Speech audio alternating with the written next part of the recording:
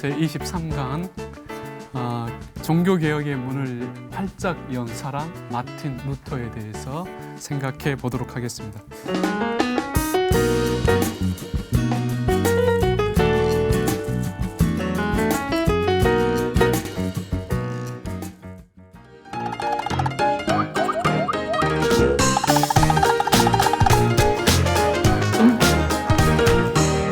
이미 14세기 이래로 로마 카톨릭 교회의 개혁은 어떤 불가피한 것이다라는 이런 정서가 유럽 전반에 이렇게 퍼져 있었습니다. 그래서 이미 15세기 이제 말에는 로마 카톨릭 교회의 타락에 대해서 이제 비판하는 어떤 지식인층이 많아졌고요. 그리고 로마 교황청에 대한 어떤 일반 사람들의 그 어떤 반대 정서 역시도 아주 유럽 전역으로 이렇게 퍼져 있었습니다. 그리고 또 인쇄술이 이렇게 발달되면서 종교개혁이 유럽에 퍼질 수 있는 그런 어떤 이제 환경이 다 조성되었다고 할 수 있는 것이죠. 이제 그럼에도 불구하고 1517년까지 종교개혁적인 어떤 변혁을 일으킬 수 있는 어떤 신학사상으로 무장된 사람이 등장하지 않은 것입니다. 근데 이제 1517년 10월 31일에 이제 독일 동북부의 작은 도시 그 비텐베르그에서 온 유럽을 뒤흔든 그 인물이 이제 짠 하고 등장하게 된 것이죠. 그가 누구냐면 마틴 루터입니다. 이제 루터는 그 조직적인 어떤 폭발력을 일으킬 수 있는 가르침을 제시했습니다. 특별히 루터의 95개조 방방문과 그 저술들은 종교 개혁을 열망하고 있던 그 사람들에게 이전까지 생각할 수 없었던 종교 개혁적인 어떤 변혁의 동기들을 제시한 것이지요. 즉 루터의 신학 사상은 로마 카톨릭 교회의 타락상을 아주 적나라하게 드러내면서도 어떻게 그 교회를 치료할 수 있을 것인가에 대한 그 치료책을 이렇게 제시하고 있는 것입니다. 이제 그러면서 종교 개혁이 역사적 하나의 사실 혹은 역사적 하나의 사건으로 이렇게 드러날 수 있도록 모든 사람들을 이렇게 각성시켰다라고 말할 수 있습니다. 이제 이러한 의미에서 볼 때 이제 종교 개혁이라는 것은 루터 한 사람의 사역으로 간주될 수 있었지만 이제 그러나 루터는 온 유럽이 열망했던 종교 개혁의 공공의 문을 활짝 연 사람으로 봐야 됩니다. 그러니까 종교개혁의 열망은 그 당시에 유럽의 현상이었다는 거죠. 그러니까 그 현상을 공론화시킨 사람, 힘을 모아가지고 실제로 그 종교개혁이 가시적 사건으로 드러나게 한 그러한 사람으로 이해하는 것이 옳다는 것이죠. 이제 그런 이해 속에서 과연 마틴 루터가 누구인지 우리가 이제 생애와 사건을 중심으로 살펴보도록 하겠습니다. 루터는 그 1483년 10월 11일 그러니까 독일 북부 하르츠 산맥에 위치한 작은 도시 아이스레벤에서 태어났습니다. 그의 아버지는 강산업에 종사를 했는데요. 특별히 그 부모님들은 좀 엄한 사람인 것으로 우리에게 알려져 있습니다. 그래서 해초리를 아끼면 자녀를 못 쓰게 만든다라는 금연에 따라서 이제 루터의 부모는 루터를 교육했다고 알려지고 있습니다. 이제 그럼에도 불구하고 뭐 그 부모가 아무 때나 그냥 항상 매사에 그렇게 엄격하지는 않았다고 합니다. 그러니까 아버지가 또 그 자녀들을 이렇게 편안하게 또 웃게도 해주고요. 또 그 어머니는 그 자녀들을 위해서 노래도 함께 불렀다. 이런 어떤 기록을 루터가 남기고 있기 때문입니다. 그래서 루터의 어떤 부모는 엄격함과 인자함을 그 동시적으로 이렇게 이제 보여준 것이죠. 그러니까 이제 루터는 어렸을 때 부모의 엄격함, 인자함을 동시적으로 경험하며 자란 것입니다. 그래서 이제 루터가 이제 종교 개혁을 한 이후에 이제 그 교육과 관련해서 이런 어떤 표명을 했어요. 해초리 옆에 사과를 두어라. 그렇죠? 그래서 엄격함과 이런 인자함은 그 루터교 교회와 그리고 루터파 교회와 그 루터파 학교 안에서 아동 교육의 이러한 기준이 되었던 것도 사실입니다. 루터의 그 아버지는 그 루터가 이제 세상적으로 성공하기를 원했습니다. 특별히 그 당시에 성공을 하려면 가장 좋은 직업이 뭐였냐면 법률가였어요. 이제 왜 법률가였냐면 귀족이 아닌 평민이 이제 어디까지 오를 수 있냐면 이 법률가가 되면 그런 귀족과 같은 어떤 권위와 부와 명성을 누릴 수 있었기 때문입니다. 그래서 이제 고향 라틴어 학교, 대학 가기 이전에 어떤 기초 라틴어 학교 또 상급 라틴어 학교 이렇게 나누는데 거기에서 기본적으로 이제 라틴어 학교니까 언어적인 훈련, 소위 이제 인문주의 어떤 교육과 그런 어떤 이제 내용들을 잘 배웁니다. 그러니까 학문을 할 수 있는 기본적인 어떤 소양을 이 라틴어 학교를 통해서 다 연마하는 거죠. 그리고 이제 그 1501년 에어포트 대학교에 이제 입학하여 철학을 공부합니다. 그리고 1505년에는 이제 석사 학위를 취득하였죠. 그리고 이제 1505년 석사 학위를 취득한 이후에 이제 루터는 6월부터 법학을 배우기 시작합니다. 근데 이제 법학을 배우고 나서 몇 주가 되지 않아서 그 루터 인생에 있어서 아주 전환기적인 어떤 사건이 하나 이제 발생합니다. 이제 그 사건이 뭐냐면 이제 집을 방문하고 이제 에어포트로 돌아가는 중에 길거리에서 이렇게 그 아주 큰 어떤 이제 내성 번개를 만납니다.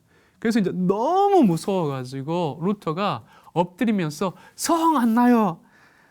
나를 도와주소서. 그러면 제가 수도사가 되겠습니다. 이렇게 이제 그 맹세를 하면서 이제 엎드리고 이렇게 이제 기도했다는 것을 이제 그런 사건을 경험한 거예요. 그 사건이 있을 때 뭐 어떤 손을 베어가지고 많은 피를 흘려서 이렇게 이제 그 거의 죽음에 이를 정도로 많은 피를 이렇게 흘렀다든가 아니면 또 이제 그 에어프로트의 자기 동료가 이제 흑사병에 걸려가지고 갑자기 이제 죽는 어떤 사건도 있었는데 이제 그러한 면에서 어떤 이제 삶에 대한 혹은 그리고 구원에 대한 많은 어떤 의문을 가지고 있을 찰나에 그랬던 이제 가지고 있었던 때에 이런 이제 사건을 경험함으로 인해서 어떤 죽음 자체의 두려움보다 어떤 구원에 대한 그러니까 그냥 죽어버리면 구원받지도 못할 수 있다는 그러한 두려움 때문에 아마 이제 성 안나에게 그렇게 소리치며 맹세했을 것이다 이렇게 알려지고 있습니다.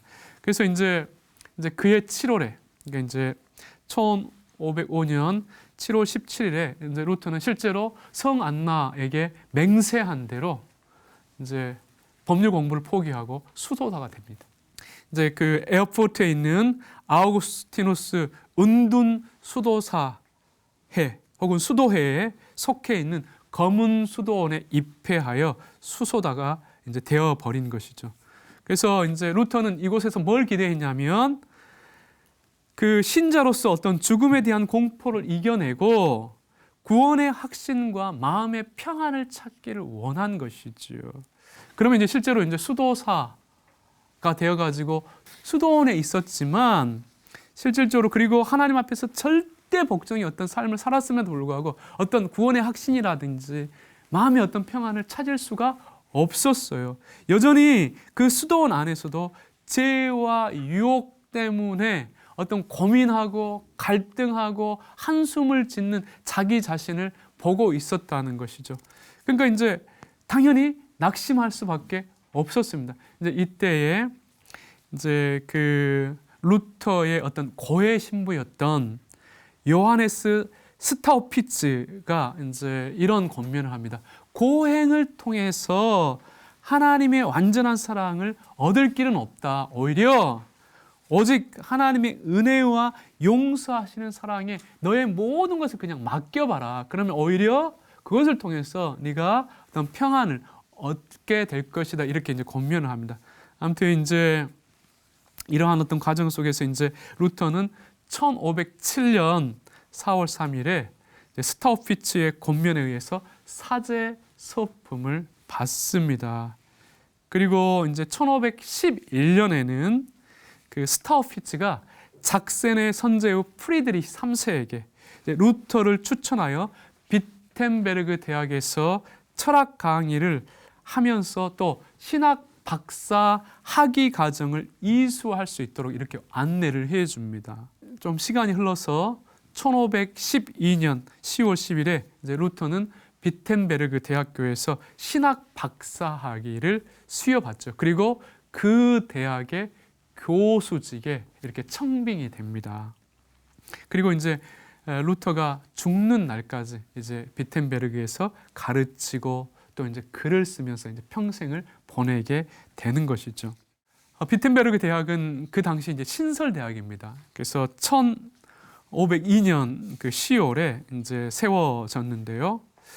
이제 그 신학 박사 학위를 받은 그 루터는 모든 오류로부터 성경을 지켜내겠다는 그러한 일념 아래서 성경 신학 교수로 이제 그 강의를 하게 되죠. 특별히 이제 1513년에서 17년까지 시편 그리고 로마서, 갈라디아서를 강의합니다. 그런데 이제 이러한 강의를 하면서 구원에 대한 새로운 인식을 하게 됩니다. 그래서 특별히 그 로마서를 주석하면서 그 예수 그리스도를 믿음으로 우리가 구원을 얻을 수 있다는 그런 이신칭의에 대한 그 확신에 도달하게 되는 것이지요.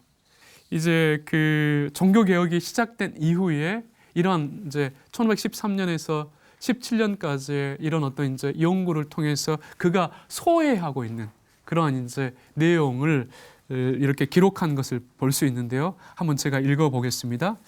나는 하나님의 의와 의인은 믿음으로 말미암아 살리라는 구절 사이에 올바른 관계를 깨달을 때까지 밤낮으로 생각에 사로잡혀 있었다. 결국 나는 하나님의 의라는 것이 순수한 은혜와 자비를 통하여 하나님의 의에 우리를 의롭다고 하시는 바로 그 의를 가르친다는 사실을 발견하였다. 이러한 깨달음을 얻는 즉시 나는 마치 새롭게 태어난 것과 같은 감격을 경험하였으며 천국으로 향하는 문이 활짝 열린 것 같은 느낌을 받았다. 이렇게 이제 소회하고 있다는 것이죠. 그러니까 이제 이런 어떤 로마서의 연구 혹은 갈라디아서 시편 연구를 통해서 우리가 어떻게 구원을 얻는지, 그러니까 인간의 어떤 행위나 노력이 아닌 하나님의 어떤 은혜 가운데 예수 그리스도를 믿음으로 인해서 우리가 구원에 이른다는 그 확신에 이르게 이제 도달하게 된 것이죠. 그러면서 어떤 구원의 확신뿐만 아니라 마음의 평안을 우리가 그 루터가 얻을 수 있었던 것입니다. 결과적으로 그러니까 이러한 과정 속에서 루터는 인간은 아무런 공로 없이 오직 믿음을 통하여 하나님의 의에 이룰 수 있다는 이신칭의 교리를 자신의 신앙으로 받아들일 수 있었다는 것입니다. 그렇다고 해가지고 이때 이런 내용을 발견했다고 해가지고 종교개혁을 해야 되겠다 이런 생각은 없었다는 겁니다.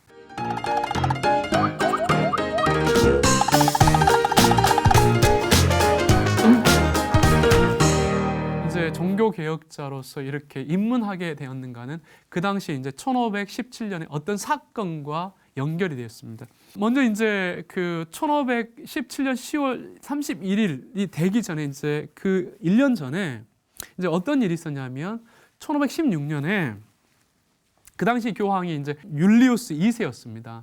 그랬을 때 이제 그 교황이 베드로 성당의 재건축을 관한 이제 비용을 마련하기 위해서 그 특별히 독일 마인츠 교구와 관련하여서 그 면죄부 판매를 그 교구를 담당하고 있는 브란덴부르크의 선제우의 동생인 알브레이트 이제 그 대주교에게 제안을 했습니다. 근데 그때 이 대주교의 나이가 몇 살이냐면 25살입니다.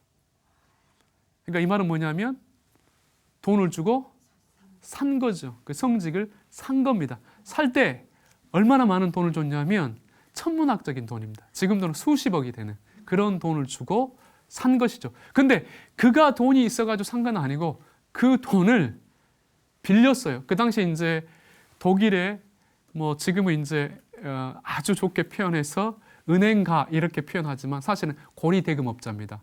푸거가라는 유명한 어떤 이제 그 당시에 부자가 있었어요. 그래서 이제 그 푸거가에서 막대한 돈을 빌린 것이죠. 그래가지고 이 돈을 가지고 자기 이 대주교직을 산 겁니다. 그러니까 지금 이제 돈이 필요하잖아요. 그때 이제 이 제한이 온 거예요. 면죄부를 판매할 수 있는 제한이 온 겁니다. 그러니까 이제 이 사람 생각을 했어. 아, 이 면죄부를 잘 팔면 내가 이렇게 빚지고 있는 이런 어떤 이제 부채를 해결할 수 있겠다. 이렇게 생각해서 이제 생각한 게 뭐냐면 면죄부 판매의 절반은 교황청에 보내고 절반을 이렇게 이제 자기가 갖고자 해서 실제로 이에 대한 윤허를 교황에게 받기 위해서 또 뇌물을 바쳤어요. 그리고 이제 그 돈도 푸거가에 빌린 거죠.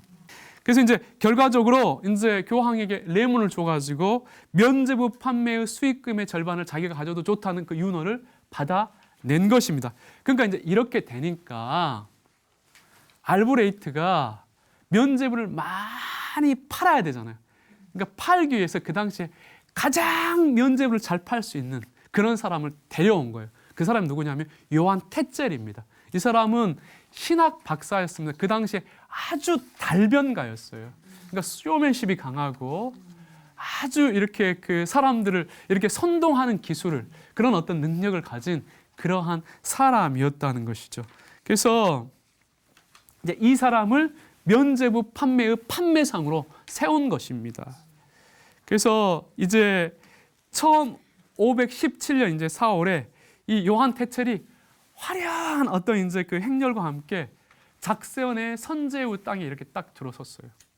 그러니까 사람들이 구름대처럼 모여들었어요. 구름대처럼.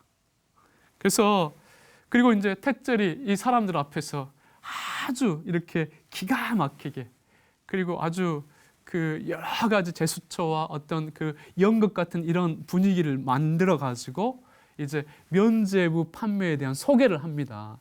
그래서 이제 그가 이제 면죄부 헌금함 앞에 서서 어떻게 이야기하냐면 이 헌금함 안에 돈이 떨어지는 땡그랑 소리가 나는 즉시 연옥에서 고통받는 당신의 친척들의 영혼이 하늘나라로 간다. 이렇게 이제 이야기하면서 면죄부를 사도록 이렇게 이제 선동한 것이죠.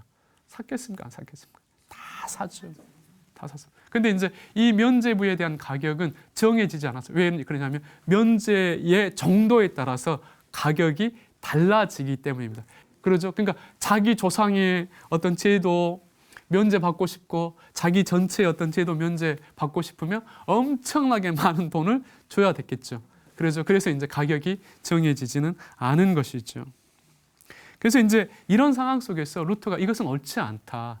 그렇게 생각해서 실제로 몇몇 주교에게 이 면죄부 판매를 중지해 줄 것을 요구하는 서신을 보냈어요. 근데 이게 이제 받아들여지지 않았습니다.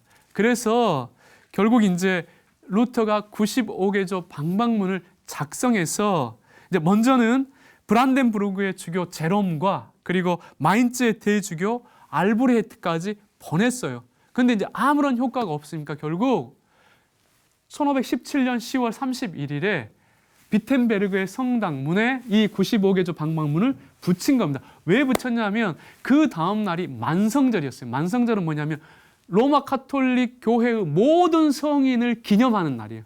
그러니까 이제 교회로 많은 사람들이 몰려듭니다. 그리고 그 당시에 이제 또 어떤 전통이 있었냐면 교회 앞에 어떤 이슈를 붙여놓으면 그것이 어떤 이제 그것을 통해서 이렇게 토론하는 분위기가 문화가 있었어요. 그래서 이제 루터는 어떤 로마 카톨릭 교회를 비판하기보다는 이러한 사안을 가지고 사람들과 대화하기를 원했어요. 사제들과 그 당시 어떤 이제 지도자들과 대화하기를 원했죠. 근데 대화하러 아무도 나타나지 않은 것입니다. 그 대신에 이 95개조 방방문이 이제 어떤 사람에 의해서 이제 떼어져 갔어요.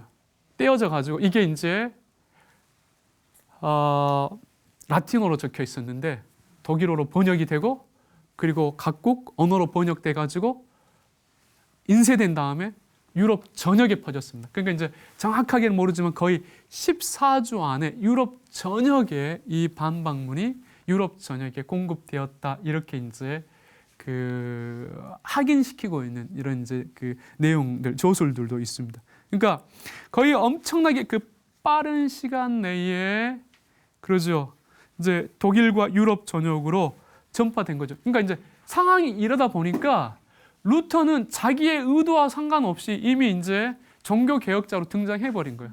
사실은 이제 루터는 자기가 종교 개혁을 할 생각도, 종교 개혁자가 될 생각도 없어요. 왜 그러냐면 이제 95개조 방방문을 보면 이게 전반적으로 로마 카톨릭의 어떠한 그 비리라든가 문제를, 그리고 교황의 어떤 문제를 직접적으로 비판하는 게 아니에요. 오히려 교리에 대한 남용, 그리고 어떤 교황권의 남용에 대해서 지적한 것이지 로마 카톨릭 교회와 교황 자체를 직접적으로 겨냥하고 있지 않기 때문입니다.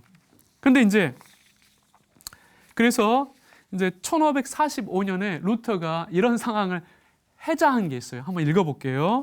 내가 이 일을 처음 시작했을 때 그 논제들은 내가 얼마나 약한 존재였으며 얼마나 많은 정신적인 방황이 있었는가를 말해준다. 그 당시에 나는 사제이자 별 생각이 없는 로마 교황주의자로서 교황의 명령에 순종치 않는 사람은 누구든지 죽일 수 있을 정도로 교황의 교리에 심취해 있었다. 이렇게.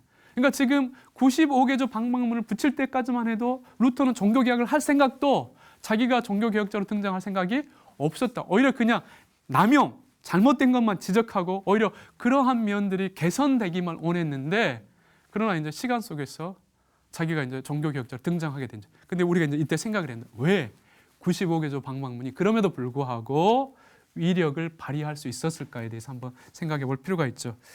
그러니까 이제 그만큼 교황에 대한 혹은 로마 카톨릭에 대한 불만이 그 어떤 유럽 전역에 이렇게 이제 쌓여 있었다라는 것을 우리가 알 수 있었고요. 이제 그리고 이제 95개조 조항이 루터의 고백처럼 별로 어떤 비판적인 어떤 논제는 아니었음에도 불구하고 적어도 그 안에는 하나님을 신앙함에 있어서 무엇이 옳고 그른가에 대한 하나의 기준점은 제시해주고 있다는 것이죠. 한 실례로 교황도 하나님의 용서를 선포하는 것 이외에 어떤 죄도 용서할 수 없다는 이해 속에서 면죄부가 오용되는 것을 선명하게 밝히고 있기 때문이에요. 과연 이 면죄부 자체가 실제로 죄를 사할 수 있는 어떤 그러한 능력이나 권한이 있는가? 과연 교황이 이러한 어떤 면죄부를 이렇게 발행할 수 있는가? 이거에 대해서 생각한 거죠. 대신 뭡니까? 교황은 사죄가 용서가 되었다는 걸 선언하는 입장에 있지 실제로 교황 자체가 죄를 사할 수 있는 능력은 없다는 이런 면에 대한 어떤 기준을 제시한 겁니다.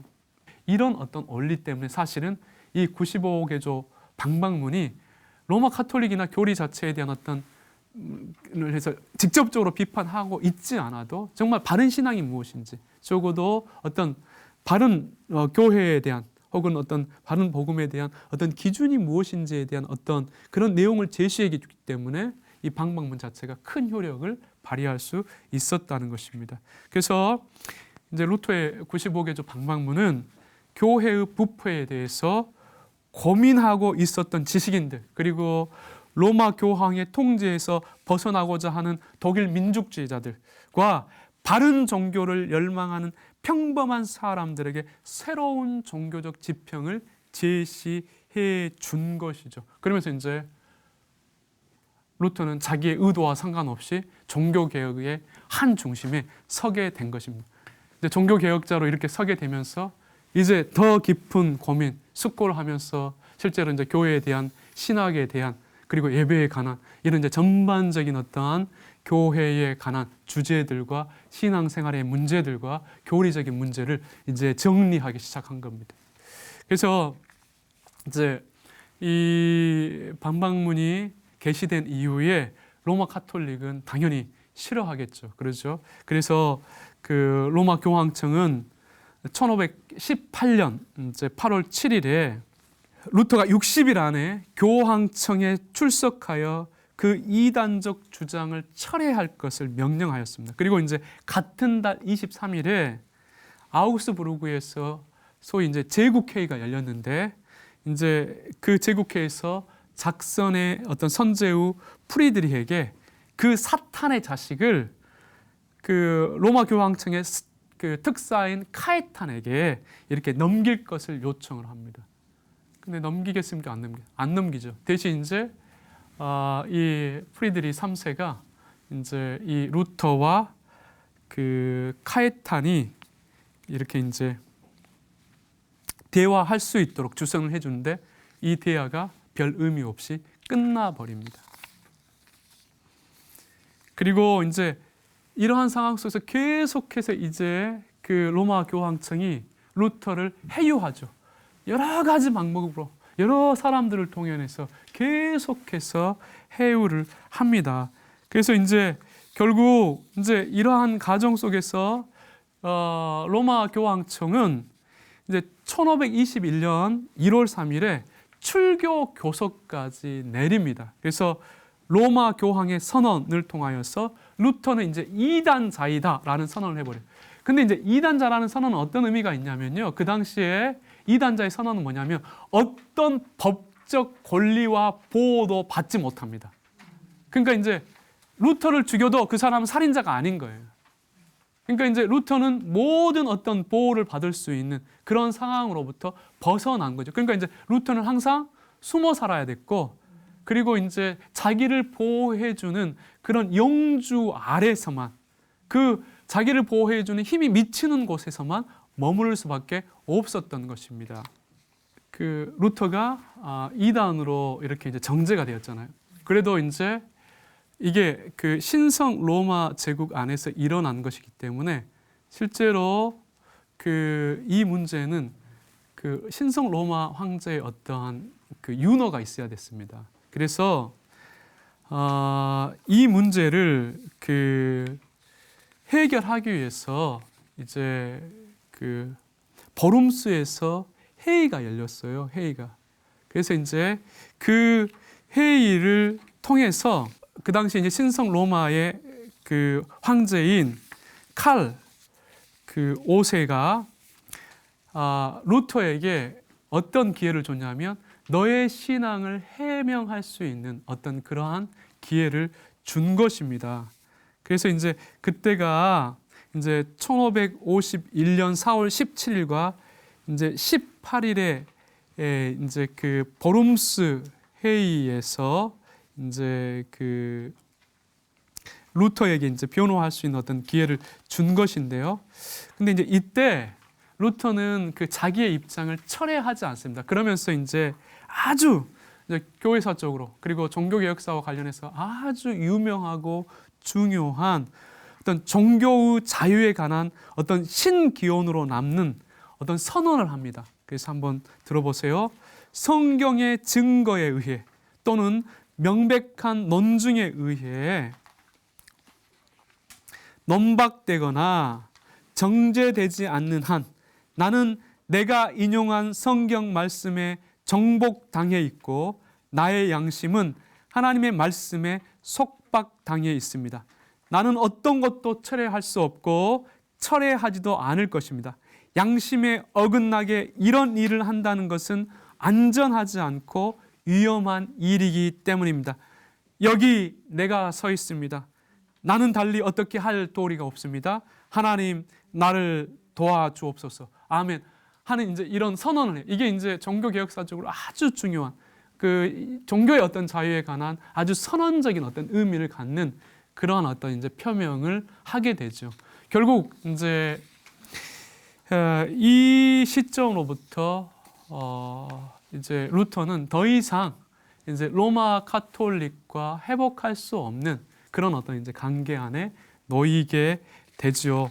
아무튼 이제 루터가 종교 개혁을 시작하면서 그러나 이제 그 쉽게 된 건 아닙니다. 그때 이제 농민 봉기 또 기사들의 반란 여러 가지 어떤 그 대외적인 어떤 위협이 있었습니다. 이제 그러한 가운데서도 아주 그런 어떤 현실을 잘 이겨내면서 결국 이제 그 자기가 그 처음 시작했던 그러한 어떤 종교 개혁을 완성해 가지요.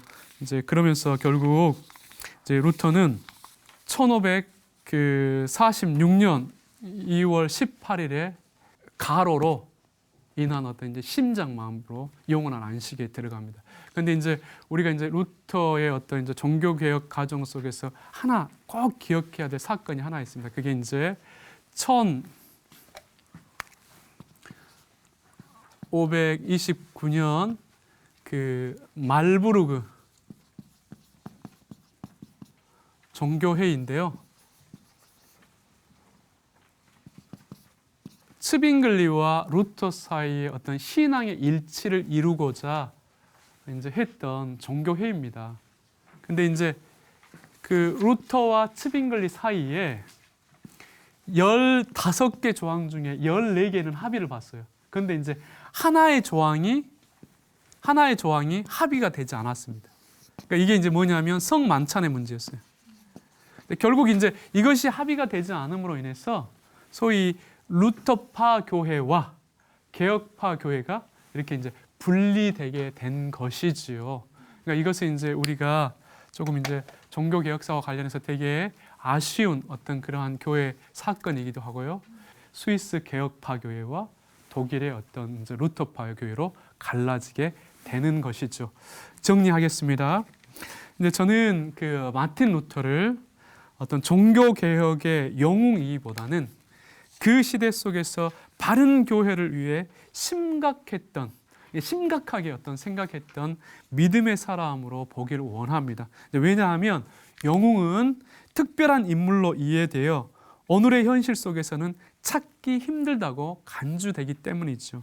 그러니까 하지만 루터가 추구했던 바른 교회를 우리가 꿈꾸고 세우고자 한다면 하나님은 루터처럼 우리를 통해서 바른 교회를 세우도록 역사하실 것이다 라는 그러한 이제 생각을 해야 된다고 생각합니다.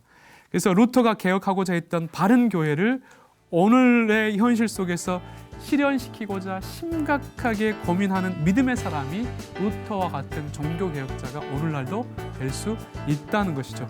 이러한 뜻을 품는 많은 믿음의 사람들이 그 한국교회에 많이 있기를 기대하고요.